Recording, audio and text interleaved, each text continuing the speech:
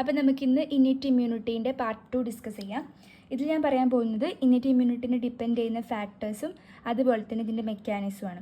First നമുക്ക് quickly ഫാക്ടേഴ്സിലേക്ക് കടക്കാം.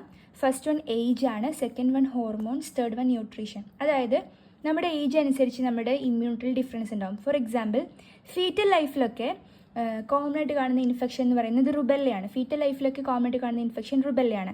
എന്നാൽ ചിൽഡ്രൻസ് ആവുന്ന സമയത്ത് chicken pox and measles are very common. ചിൽഡ്രൻസിൽ ചിക്കൻ പോക്സ് മീസൽസുമാണ് ഏറ്റവും കോമൺ ആയിട്ട് കാണുന്നത്. അഡൾട്ട്സിലാണെങ്കിൽ UTI അഥവാ യൂറിനറി ട്രാക്ട് ഇൻഫെക്ഷൻസ് ആണ് കൂടുതൽ കാണാം.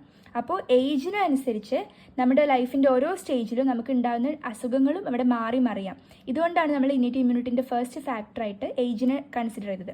ആൻഡ് സെക്കൻഡ് വൺ ഹോർമോൺസ് ആണ്. അതായത് ഹോർമോൺ തെറാപ്പിയിലുള്ള ഒരു പേഷ്യൻറ്റിന് ഇമ്മ്യൂണിറ്റി ഇല്ലാതിരിക്കാനുള്ള ചാൻസ് വളരെ കൂടുതലാണ്. അതായത് അവർക്ക് ഇൻഫെക്ഷൻസ് ഉണ്ടാവാനുള്ള ചാൻസ് ഭയങ്കര കൂടുതലാണ്. ഫോർ എക്സാമ്പിൾ ഡയബറ്റിസ് മെലിറ്റസിലെ ഒരു പേഷ്യൻറ്റിന് ഇൻഫെക്ഷൻസ് വരാനുള്ള ചാൻസ് കൂടുതലാണ്. കാരണം അവരെന്തുണ്ട് ഹോർമോൺ തെറാപ്പി ചെയ്യുന്ന ആൾക്കാരാണ്. ഓക്കെ.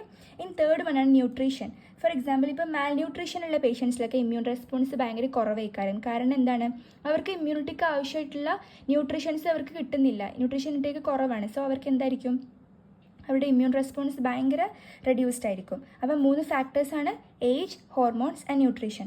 ഇനി നമ്മൾ